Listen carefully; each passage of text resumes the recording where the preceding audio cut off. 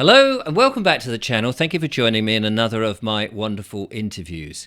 Now, you may be aware that on the channel we cover all sorts of things, some of them a little light-hearted and some of them a bit more serious. And today's is the latter, in fact quite a lot more serious. And if you've got children, this may be of great significance to you and interest. You will have known that we've spoken to quite recently a couple of ladies who came on with Rob the rat catcher, whose children were removed by social services for what seems to be no real reason at all. And we know that child trafficking is going on, that children are disappearing up and down the countryside to, well, goodness knows where. And it's very difficult, it seems, to get them back. Well, I'm going to talk to a few people today who is going to highlight exactly some of the things that are going on, and we're going to find them from all sorts of different perspectives. We've also got Gary Waterman with me, who's going to help me put a broader picture towards the end and show how many of these roads all lead to the same place. But first, let me introduce my guests today, starting with Lyndsey, who is an ex-primary school teacher. Hello, Lyndsey. Hello, Richard. Lovely to be here today. Yes, so I'm here. No, sorry, I was just going to say thank you for coming on the show. No, thank you for having me. I understand that this topic is a very sensitive topic and one that I wasn't aware of as a primary school teacher. So I left my career. It was constructive dismissal, forced resignation in my case. I had concerns about the government and what was obviously coming in 2020. I tried to raise concerns from within the school. Now, I worked at an amazing school. The senior leadership and all the teachers were fantastic, but there was a blockage above the school. So as I tried to raise concerns, things started to get very difficult. I wasn't able to speak to parents for the concerns I had regarding their children, and I was basically told I wasn't allowed to speak to parents. Which So for me, I'm just gonna stop you there because I want to introduce the other guests first, and then we'll come back to you to okay, find out the whole story. But as you can see there, and we've actually spoken about what's going on in the school on the show, but there's always people coming to the show for the first time, and sometimes they are very shocked. So it's I'm absolutely thrilled that you're here to remind us what terrible things is being taught in the schools. Our second guest, which we'll come to shortly, but I just want to say hello to him, is Rangy, who, as I understand it, was abused as a child, but is now running a news outlet called LCS News. Hello, Rangy. Hi, Richard. Thank you so much for joining us, and you're going to be telling us about what happened to you and the community, how really nobody wanted to talk about it and wanted all of this hushed up, and various obviously personal things and attacks that happened to you, but how you're fighting back and how you're helping others now as a result of the videos that you make. Um, Yeah, so yeah, thank you very much, firstly, for getting us on here and obviously meeting yourself. Yeah, there's a lot happening. I think people need to wake up to the fact of what is actually happening. So, if I just put it in a simple nutshell with what we already know about in Rochdale. So, these things have been happening when it comes to SA on children, victims in general. And I'm bringing to the light of what actually happens when you do break silence and how it's covered up. So the reason why particularly I mentioned Rochdale, because this is not just in Rochdale, and this is not a particular community. This is throughout the board, through LCS News. Now we know we're currently actually working with over 400 towns and cities throughout United Kingdom. So once upon a time, you might have been saying to me, "Where is this happening?" Well, now it's easy for me to say to you, "Where is it not happening?" where's it not Yeah. happening? So this Yeah. is literally throughout the whole United Kingdom, Scotland, Wales, Ireland, and another 12 countries that have reached out. So there's a lot of information actually there right now. So we've got to fight back, and that's so. This is particularly what we're doing is to fight back. That's the exposing them, regardless of who they are. It doesn't make a difference if they've got a title or they don't have a title. It needs to. We need to push forward and move forward with it. Brilliant. Okay, so we'll come back to you in a few moments. Just want to say hello to Gary again. Gary, how are you? Gary Waterman. Good afternoon, Richard. Yes, I'm good. Thank you very much. Thanks for chatting again to me. I appreciate it. No, that's absolutely well. And you're doing sterling work on your channel, of course. And you've just sent me a whole load of stuff to look at, which is great.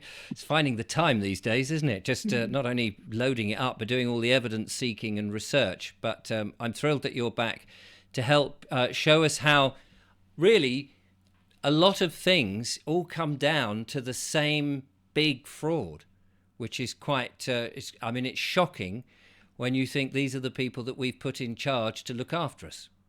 Absolutely. Yeah, I've been looking at this for almost 2 years now. It's July 2022.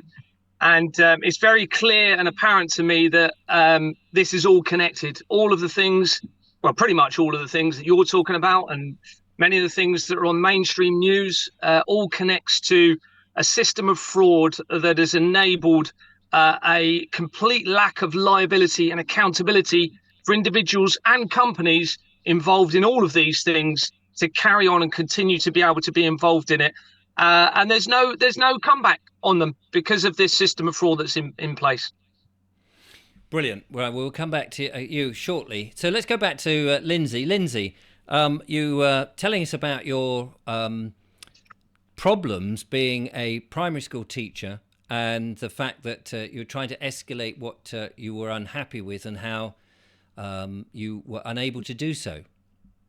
Yeah, it's the safeguarding system. So if you are within the public sector, certainly my experience is within the primary schools, you can't raise concerns from inside the system because they appear to get stopped, and then you get silenced and in some cases gaslighted and lied about to basically discredit your testimony.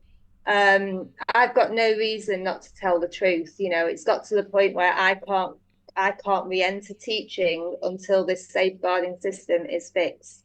So can I just ask you, what strikes me is you raised an interesting point there. You've got no reason to lie. I can't imagine that many teachers would, just for the sake of a bit of fun, make up the things that they want to report up the chain, because they're going to be scrutinised and asked a lot of questions. Why would anyone want to lie? And why would, therefore, the authority figures assume that you would, or even the public? If you've got worries about the safety of children and what's going on in the classroom or what's being asked of you to teach, they've got to be surely legitimate.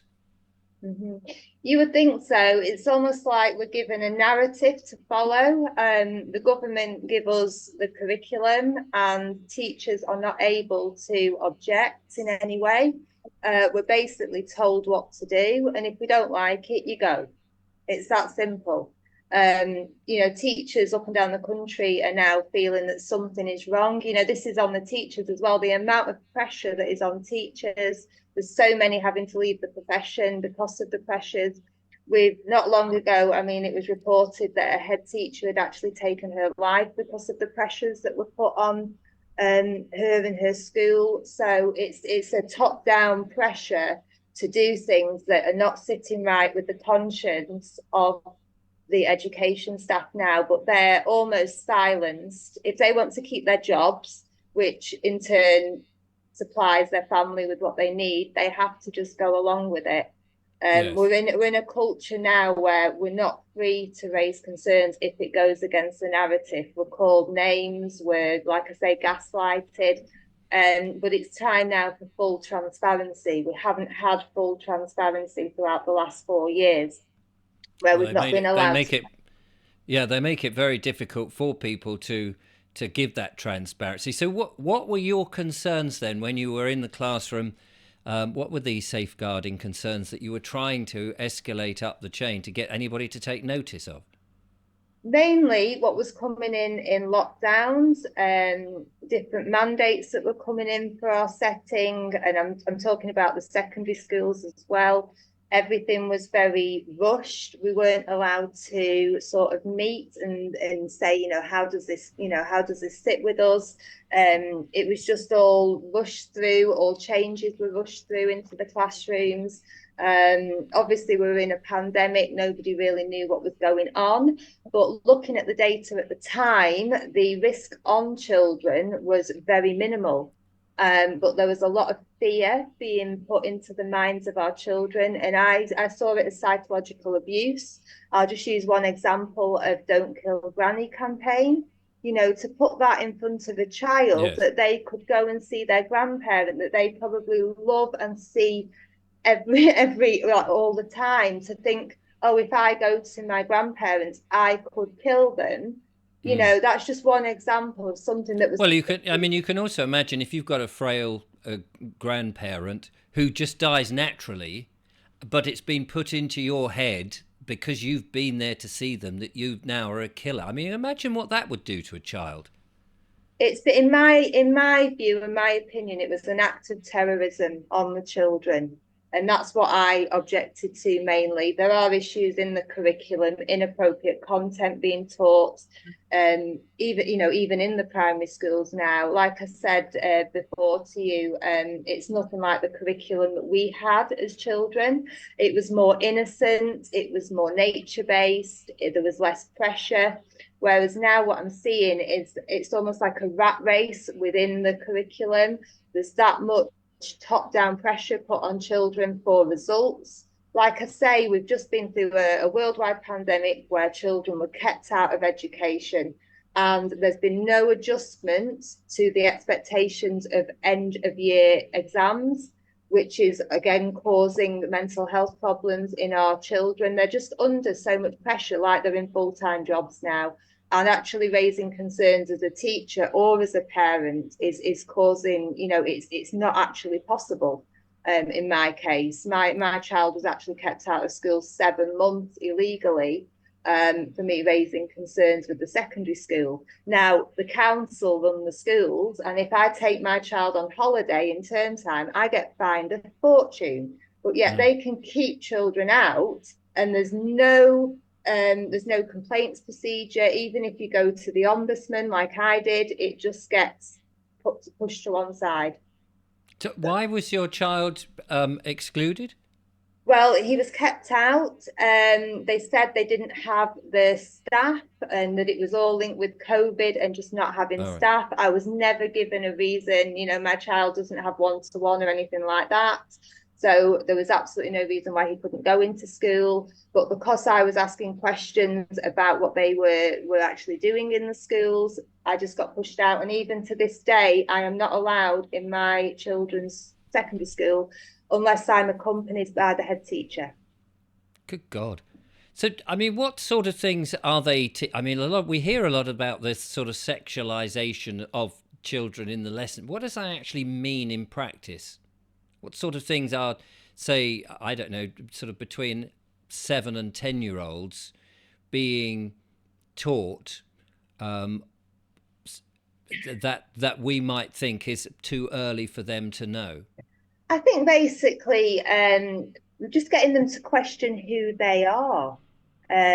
Because the children, they come in, I used to love getting my new class of children because they're all unique and individual, and they know who they are. When they start school at 4 years old, they know who they are. But through different channels, we are now getting them to question, well, who are you and who do you want to identify as? And it's confusing many children. And like I say, it happens from reception all the way up to the secondary schools as well. And there is, there's a sexualized nature to the content in the curriculum now, which we need to be aware of. And we need to make sure that everything that our children are being taught is innocent and appropriate and isn't going to cause them any mental damage. And I can't say that's why I'm no longer teaching in the public schools at the moment. I have said I will return only when this system is transparent and that parents can raise concerns and get them heard and listened to. It's almost like it's closed doors now for parents. If they've got a problem with the curriculum or the way the school is running, they're not allowed to raise these concerns, and they certainly don't get any. There's no changes around the concerns that they're raising. It's very closed door, like the schools have been privatised. Is it right that the parents cannot request that you don't teach those things to them so that they could be out of those lessons, so they avoid the sexualization or the questioning of who you are lessons?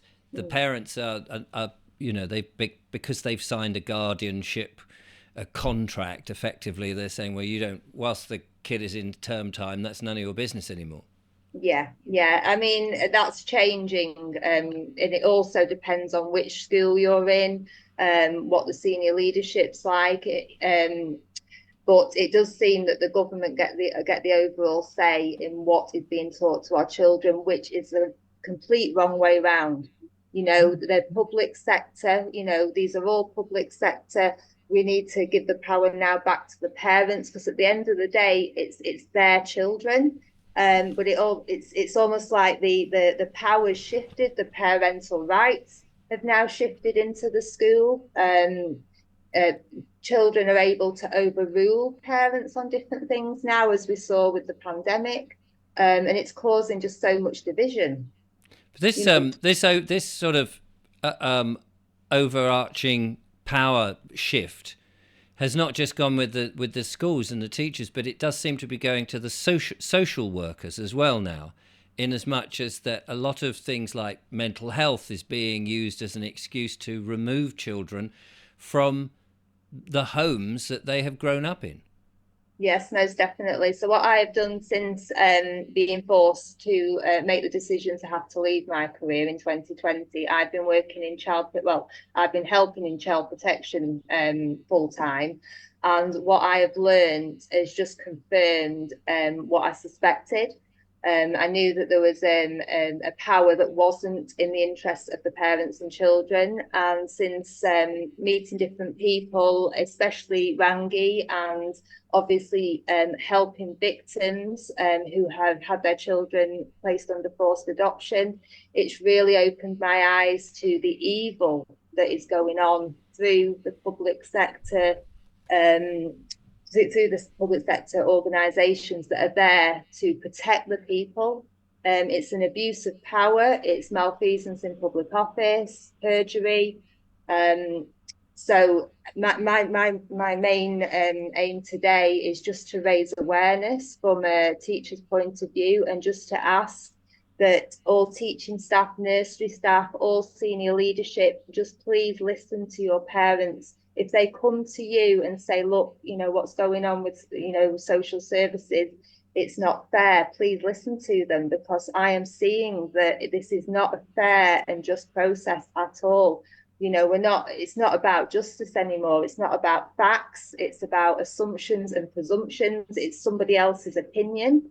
A lot of the time I am seeing social workers. I'll get it out there first, though. There are a lot of amazing social workers in the social care system.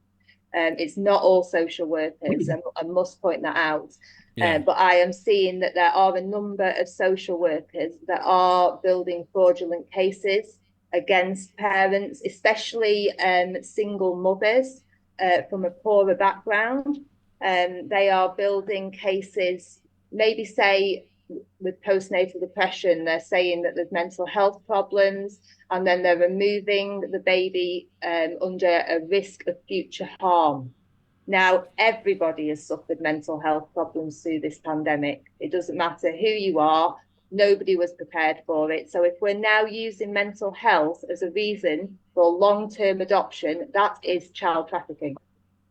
I certainly don't understand the term for future harm. I mean, you may as well remove every bus, train, anything that, any tool in your tool shed, just in case you accidentally put a nail through your hand or a bus knocks you, future harm. Well, it's not happened. It's not happened. Where's the help? This is my point, and why I'm on here today. Now, social services could be amazing. It could be there to nurture families, to support, to help with any addictions, to help with any mental health.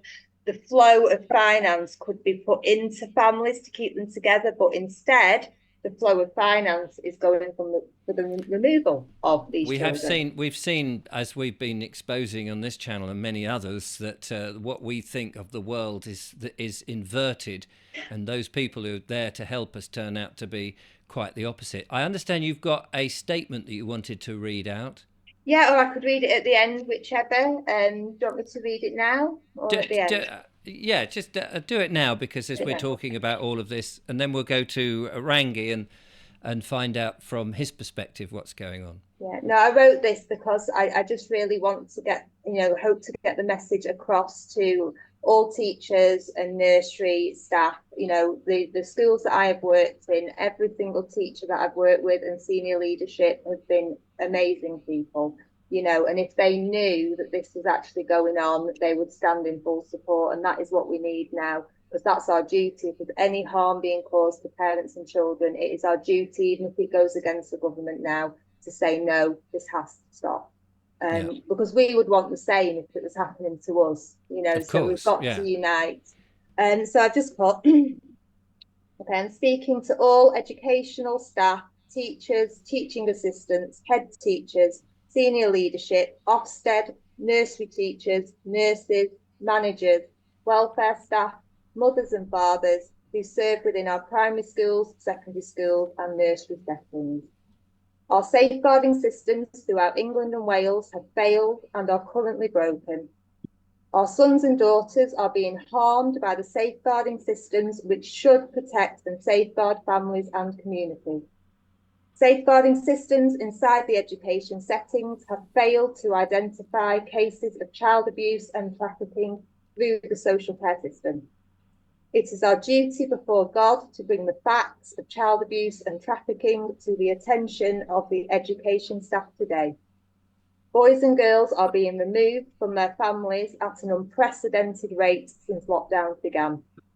We have identified acts of perjury and malfeasance in public office by some staff within the social care system, social services. Reports are being issued to the family courts by social workers that at times contain lies, assumptions and presumptions, which are removing boys and girls from the family setting into the hands of the social care system. As a primary school teacher for the Church of England, I am communicating a safeguarding alert to the people. We have a duty of care to protect and nurture our families and communities. All education staff must work closely with parents to report any instances of mistreatment by social care staff on parents and their younglings. After a worldwide pandemic, many families are struggling to recover with mounting financial, emotional, and health pressures.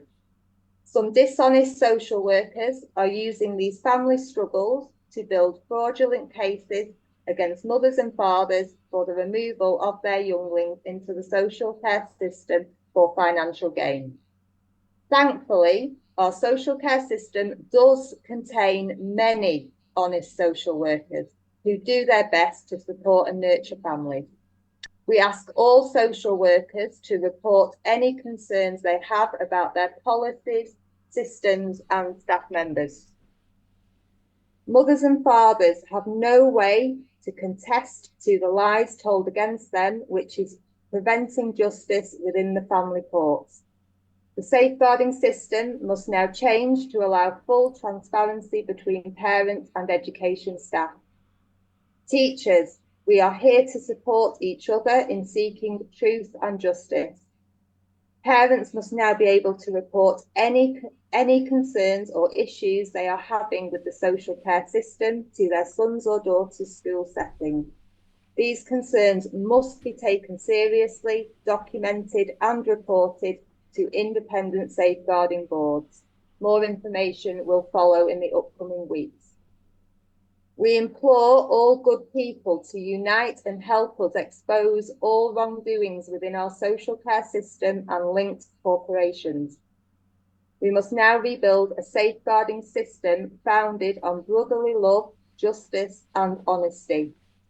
Together, we can end the heartache and suffering of families who have been torn apart and take down this vile child trafficking system that has been in operation right under our noses for many years.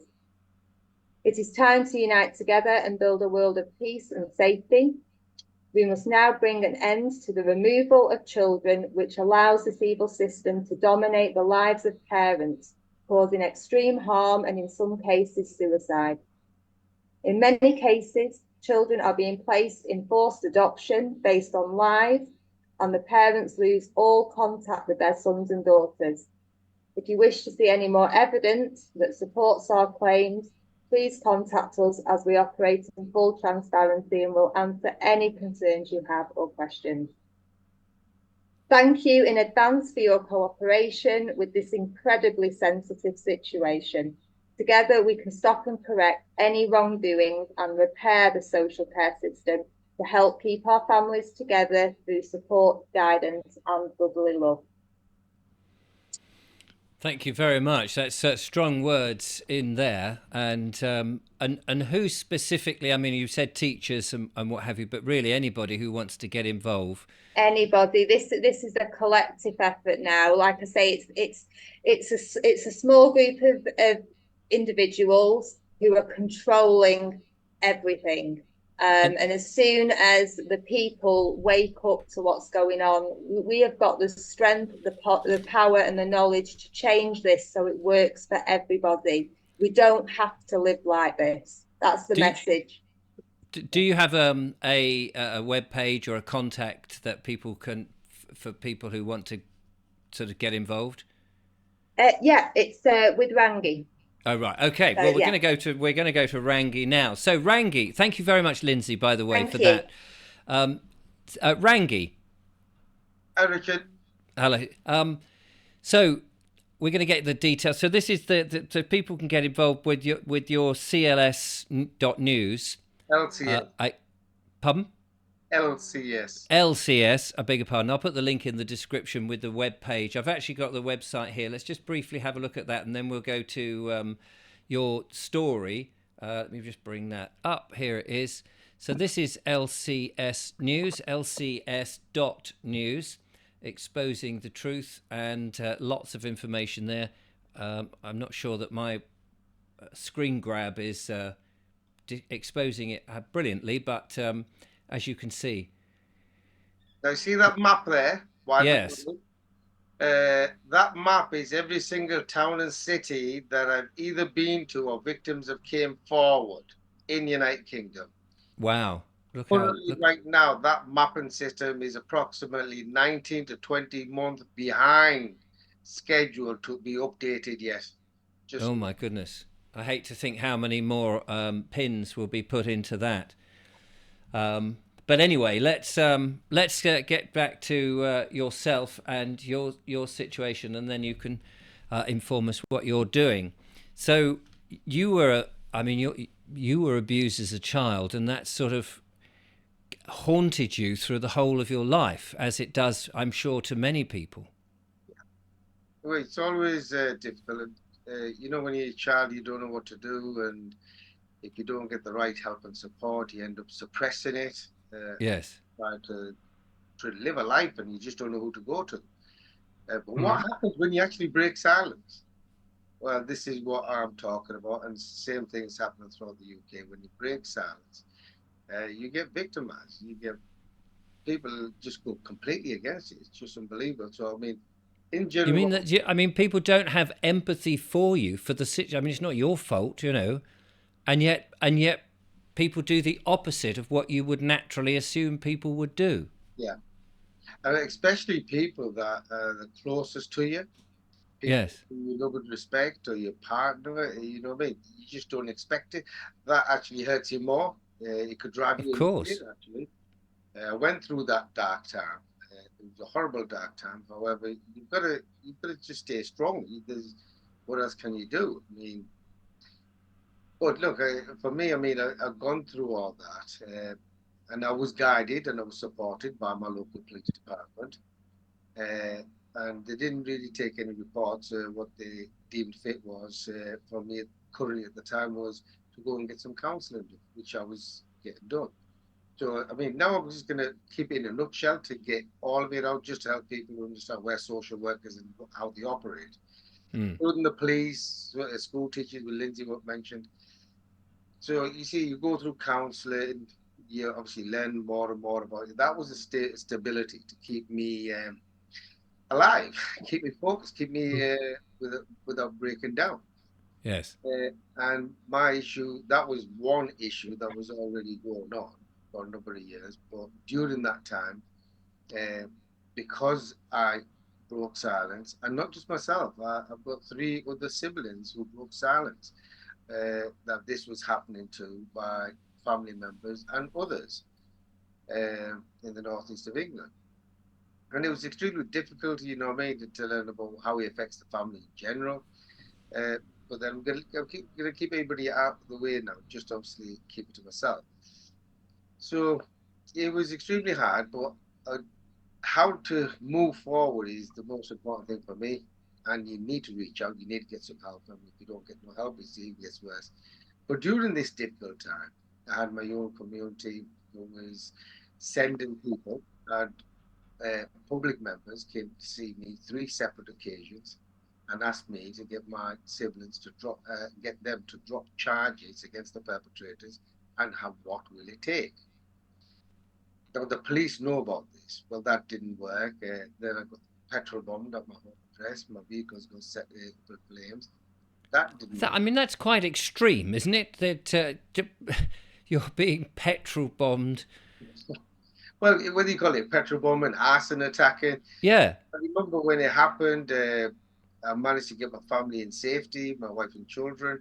The fire brigade turned up, and the first thing the fire brigade from a distance said, "Oh, we know what this is." And I thought, "Okay, what is it?"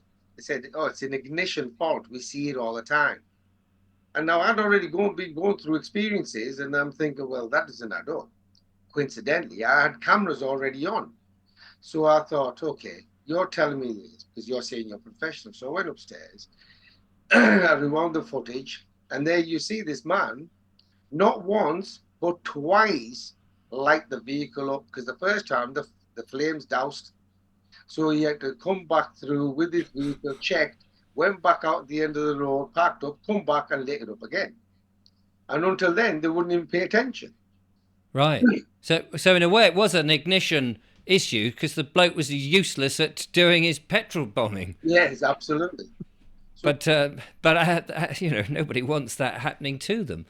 it was quite disturbing. It was causing alarm for my children. Uh, I remember my wife was quite nervous about all this. I'm sure. We had to move them out the backyard. I mean, this is traumatizing, general, but the police knew about it. They were aware of all this.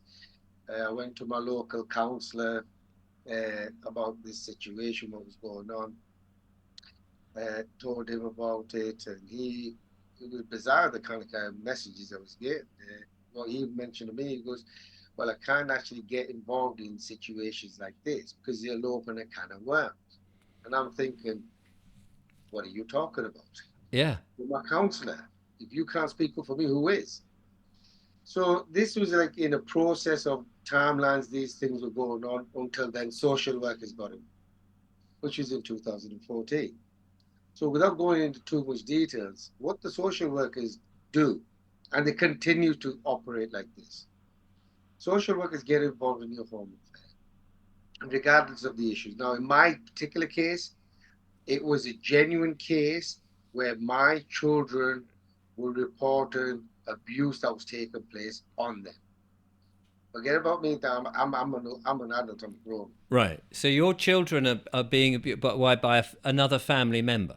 Yeah, well, because at this point, my children, I've got four children at this point, but this is in 2014, but in 2012, because I was getting arson attacked and people were causing all this alarm, distress, and harassment, my wife decided that, look, I'm going to see if I get another place. I'll move me and the kids there, and you could follow suit somewhere else. So we moved somewhere else. So I said, Right. yeah. But that didn't happen. What happened? She moved with three children and left me the 1 year old baby. Now, at the time, that was saying that we were okay, even though there was issues within the relationship. And the issues in the relationship was purely because I spoke up about my Oh, she child. didn't, and And she didn't like that. no, she didn't like that. She wasn't comfortable with that. She was very supportive in the first 6 months. Then it started becoming, you shouldn't have said or nothing. It's embarrassing. And I was quite confused. I'm thinking, well, these are crimes. Yes. This needs to be stopped. And, I was a child. I'm an adult now. I was a child when it happened. So I'm still the same person. But it started escalating. But there's a number of issues that were going on. But even though I kept it amicable the best way I can. So in a nutshell, she moved into another place with 3 children, left me the 1-year-old baby. At the time, I didn't click on. So in 2014, it came out. But I want to definitely point this out. During the whole time, even though she was living separately, in every bank holiday weekend, I had the children. Excuse me. Every 2 weeks holidays, I had the children. 6 weeks holidays, I had the children. The little one lived with me from birth. Okay, so I was still having the, and don't get me wrong, they were also, I was sending them to their mothers as well. Because, Yeah. if there's an issue in their parents, you don't bring the children into that situation. No, quite. So everything seemed to be fine. And then 2014, 22nd of January, me and my wife went separate ways. The reason why we went on a separate ways because I learned on why we weren't together. In a nutshell, she was with somebody else for the previous 3 years. Uh, because I spoke up about what happened to me, she thought I was not worthy, shall we say. And, I just left it at that. And then the episode seemed to grow worse after that because on the 9th of February, only 2 weeks or so later, my children, the 3 that were living with her, fled her scene. And when they come in my care, and they asked me, Dad, is it okay if we come live with you? I said, of course you can. You got 2 homes. You got your mother's and you got here. Of course you can stay. I said, but what is the problem? And I can remember my 12-year-old daughter and my eldest 15-year-old. They said, look, Dad, there are a lot of things we want to tell you, but we just don't know what to tell you. And this is where it was disturbing for me because I was fearing what I went through as a child, what may have happened. But I thought, no problem, I understand. And by this time, I had already done qualifications in safeguarding child protection, so he understood that. So I let him relax. And coincidentally, what happened on the same day, now this is the pattern of operations on the same day, on the 9th, 10th, sorry, the next day, the 10th, I took him to school. There's a lot of issues in between that, which I could talk about. I don't want to keep too much of this time. I want to keep it simple with social services. So I got eventually attacked, and she actually started snatching the children from school. They fled the school, and social workers got involved. For me, this was a blessing at the time because I was still Right. counseling for my own childhood as well. And there was a lot that I learned, a lot that we discovered, and a lot that was documented. Where these rapes were taking place, which location, which was the perpetrators, how many perpetrators, etc. So keeping it. This was happening to the children. No, this was part of the counseling that I was going through. So this, All right. all simultaneously, these were going on. Yeah. So the children, when this happened on that night, which was on the 10th, it was very disturbing for them because that's when they realized they fled their mother's home. And I ended up turning up because my finger had been nearly bit off, my head smashed open with weapons, and I'm in intensive care. So for 2 weeks, I'm actually going through surgery to put myself together. But in the meantime, my ex-partner goes and reports domestic violence for the first time in history, which was on the same day I got attacked. The people who attacked me was the people that she was involved with. So all this information was there. So she set up the attack on you. Yeah, this was evidence even with a voice, a conversation on the 9th when they fled. She rang up on the evening and my son didn't want to pick the phone up. So I picked the phone up. I said to the ex-partner, I said, look, I said, I don't know what's going on, but the children are refusing to return to your care. But we need to find out what's going on for the best interest of the children. Her answer was, look, if you're not going to bring the children back, I'm going to get you sorted. And the next day, which was the Monday one, when I took them all to school, the little one, he was half day in nursery, he was only 4 years old. It took him in at 12 o'clock, at 12:15 when I left. By 1:45, I'm on the way to the hospital. It's literally, they just caught me off the car, which I reported this to the police. They had all the evidence as well, the weapons, a lot, but nothing actually got done, same as everything else. But Right. the beauty was, I want to keep with the social worker because social workers now have become involved. What was the context of this relationship of why they got involved? They've only just got involved. Now, remember what I said in 2012? 3 of my children were living with her. One was living with me, but they were all mixing with each other, living between 2 homes, no problem.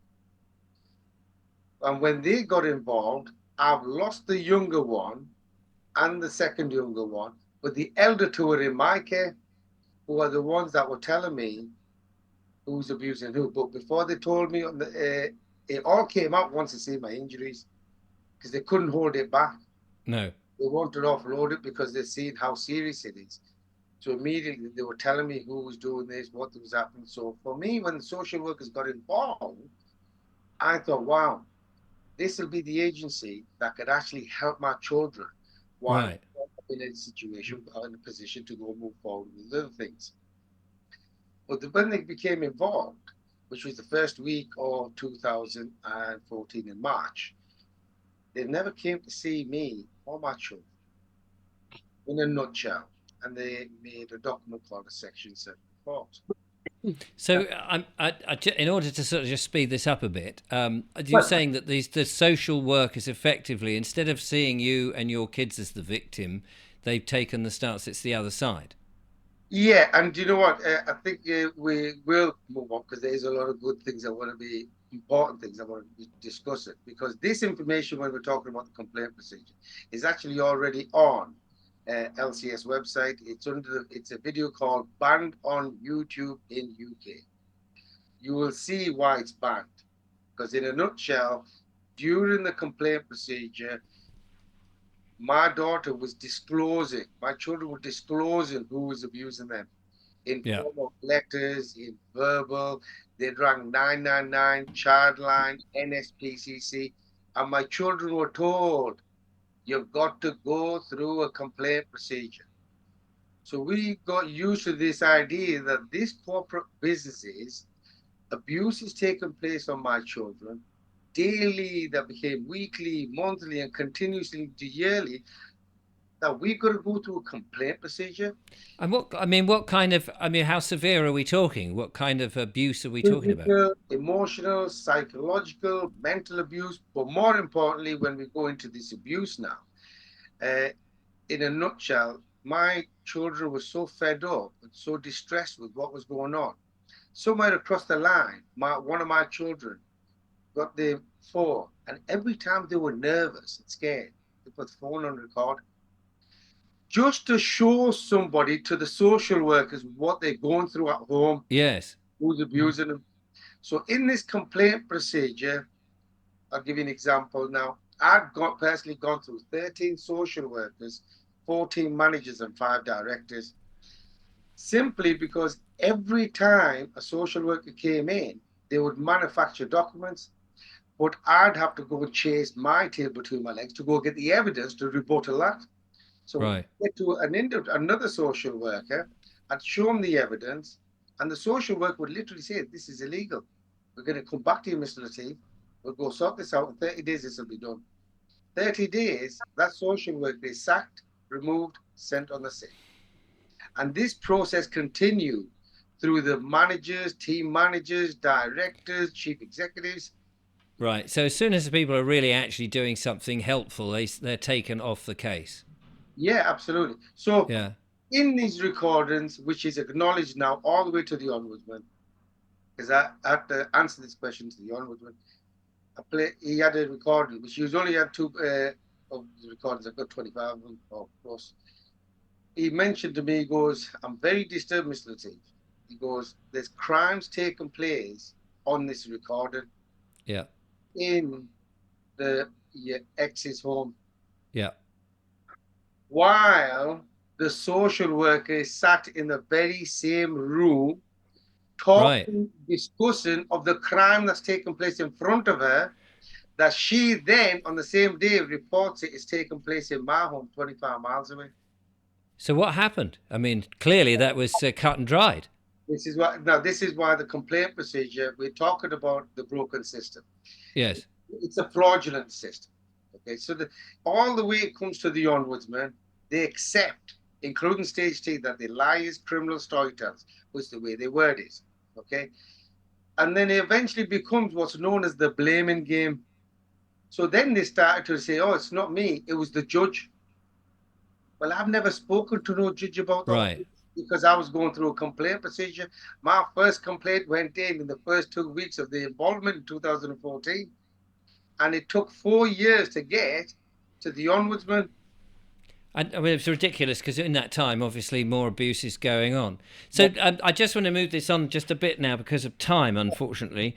So you started making videos about all of this, and you set up LCS News, and we'll put the link in the description, and people can find out more about your story and what's going on.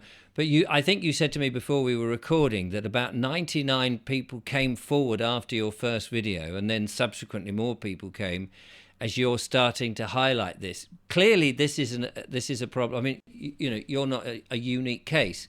So clearly, there's a lot of people who are going through this. They're stuck in this revolving door complaints procedure. None of it's really helpful.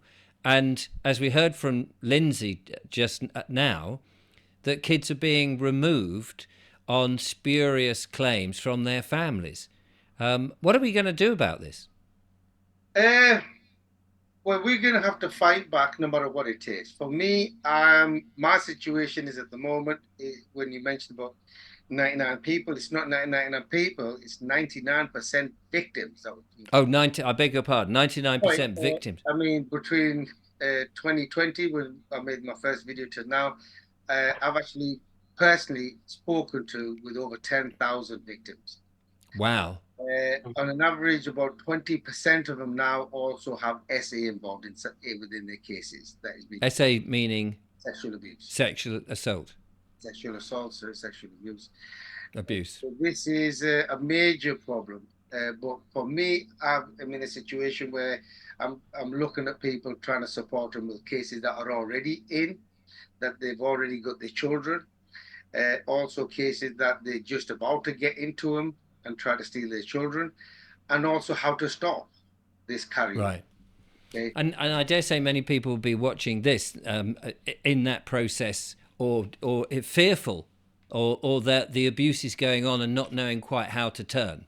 Well, this is now one of the things I do. I mean, if you check even my TikToks, for example, I've actually got a big van.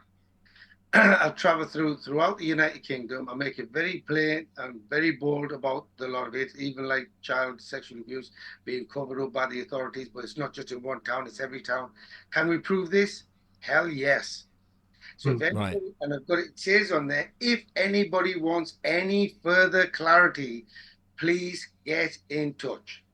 And right. Until today, every councillor, every MP, every chief executive, chief commissioner of police who come and see me within 2 weeks have resigned. Have they? Yeah, I'm thinking, what is the matter with these people? While we're going through it, I just want to mention, when we talk about future, and Lyndsey mentioned about future risk of emotional harm, the reasons why they're taking them.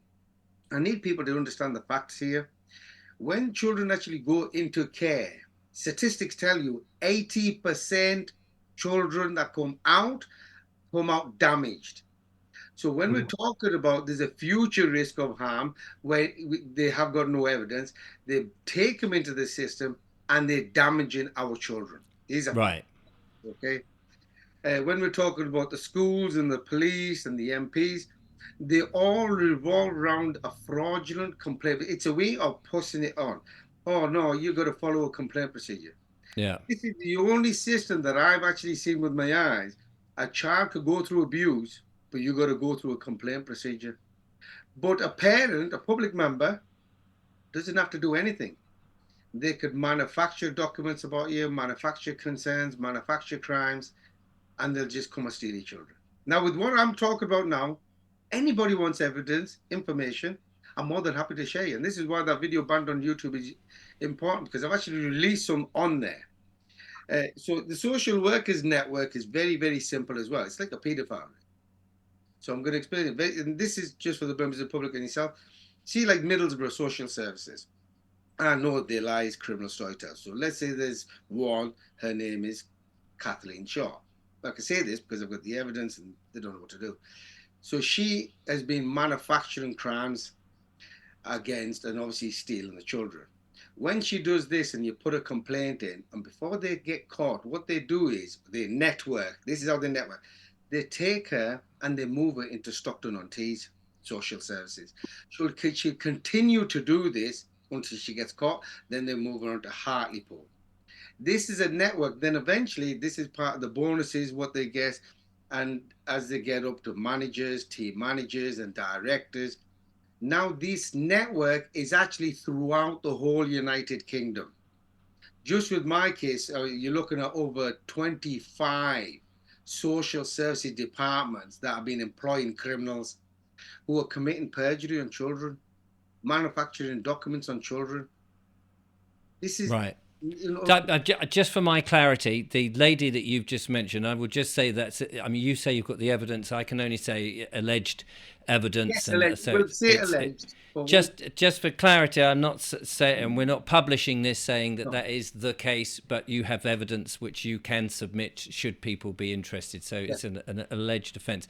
That's the process though that you have described. Of course, we've heard other people saying similar things, that people do get moved on because it becomes too much of a hot potato for one particular area and go on, which must be very difficult for those people themselves who keep getting moved about. I mean, surely if you had an honourable profession, you wouldn't need to be moved about, but that's another thing. Can I go to Gary, because we're running out of time now? Gary, you've listened to all of this very patiently there.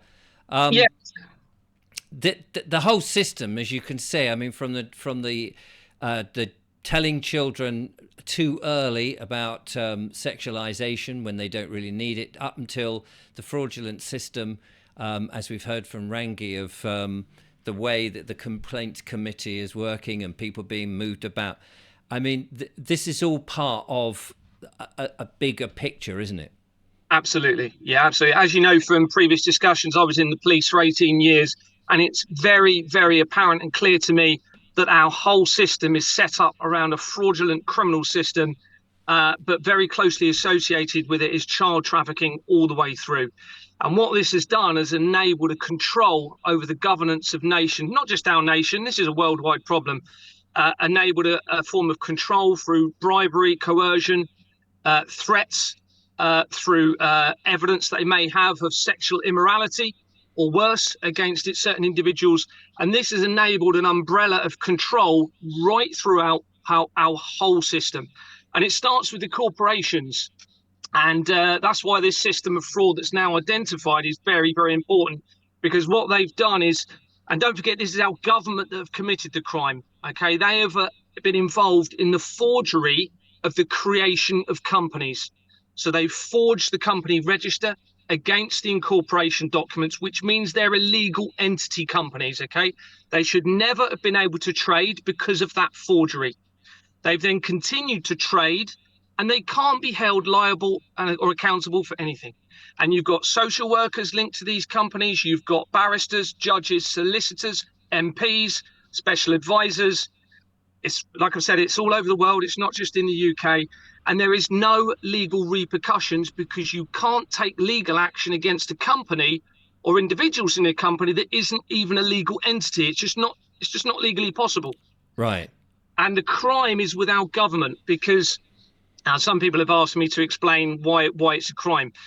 Now, under the 2006 Fraud Act, okay, if you falsify or forge a legal document or a public register, and it creates a risk of a financial loss to anyone or a potential unlawful gain to those involved, the crime is complete, even if there is no loss.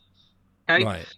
So, of course, by forging a register to create illegal companies that can't be held accountable, you're creating a risk by anyone that uses those companies. Okay. And because the child trafficking is so intertwined with it, anyone that's involved in the fraud is then probably very worried about speaking out because of potential evidence of them linking them to the fraud, but also, like I've said, the sexual immorality, etc. as well. It's the biggest problem our world has ever faced. But what a time to be alive, because the truth is now coming out. And we've got these incredible people like Lyndsey and Rangy coming out now, willing to speak out. And I am finding that all over the world now. I'm in touch with groups all over the world. MPs coming through the system now are in contact with me saying, Gary, can you check these MPs out? Can you look at this company? Can you look at our party? Are they corrupt? The truth is coming to a head, and this is Lyndsey's right. This is actually a biblical moment. This has been in the making for centuries, not just decades, and it's all coming to a head. And we just need enough people to stand up peacefully, and this will change overnight, and it can be changed.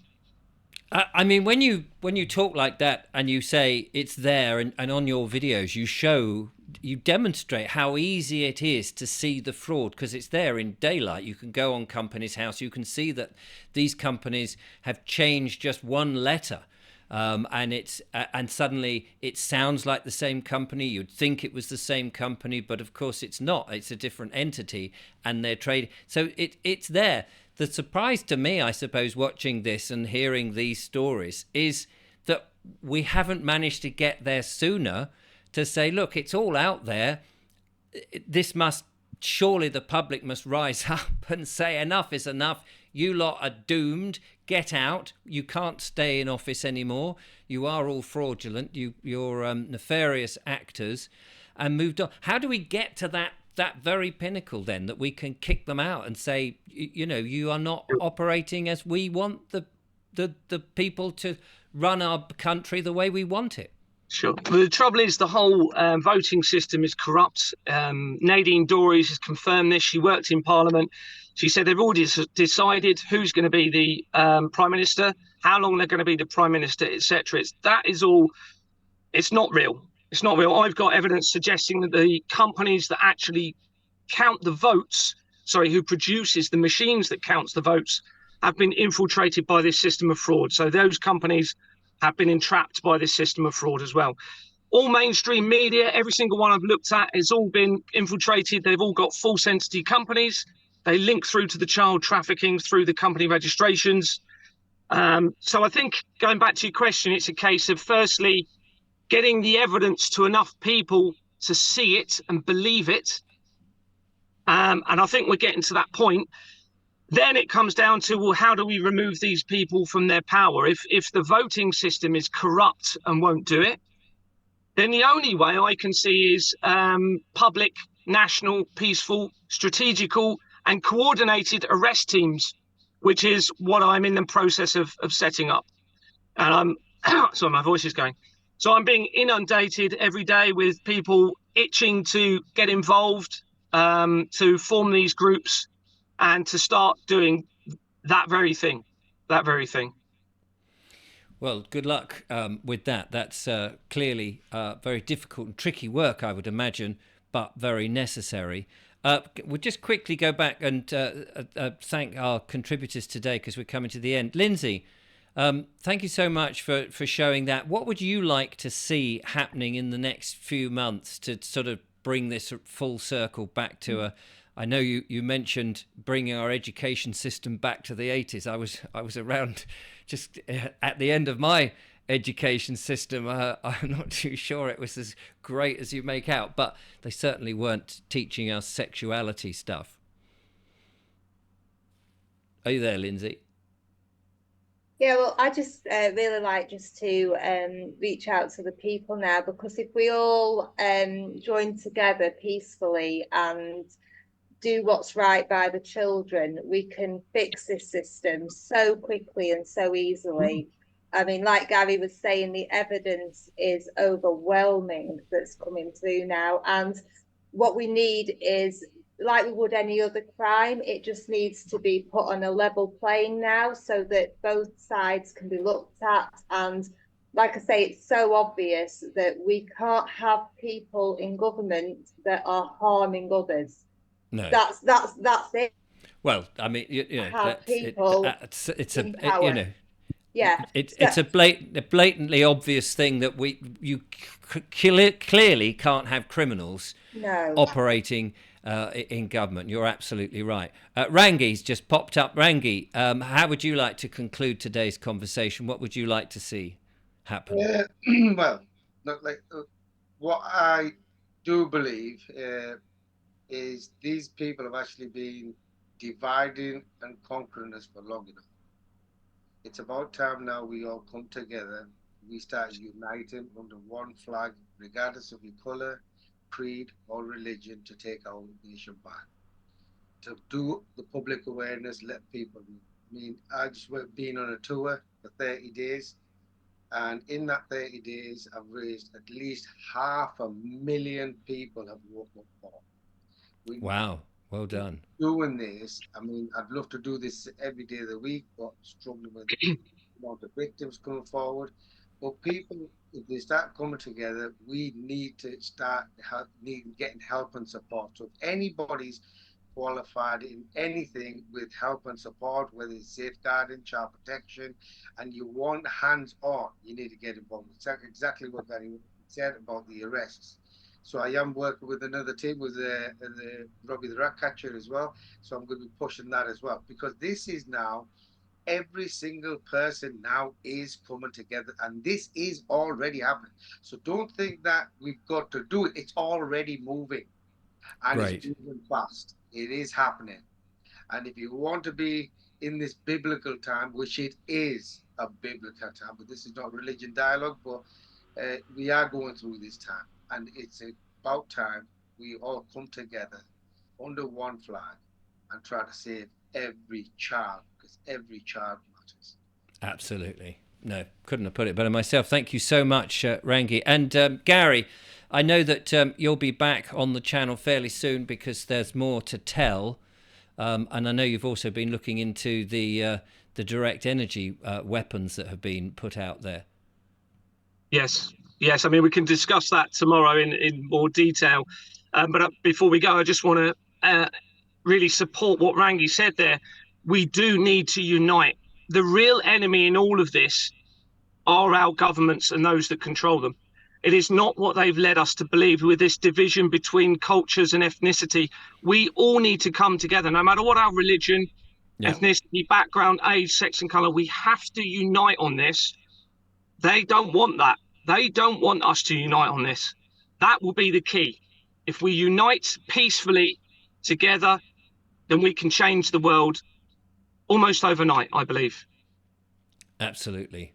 And that's that. I mean, that's the difficult thing, because they played their games and they've done this divide and conquer. But we're beginning now to see through that, and I think you're absolutely right. Well, I'd like to thank you very much, Lyndsey, Rangy, and Gary, to coming on the show. It's been very enlightening, and it's very sad to hear those situations going on. But we can change this, as Gary says, bringing people together.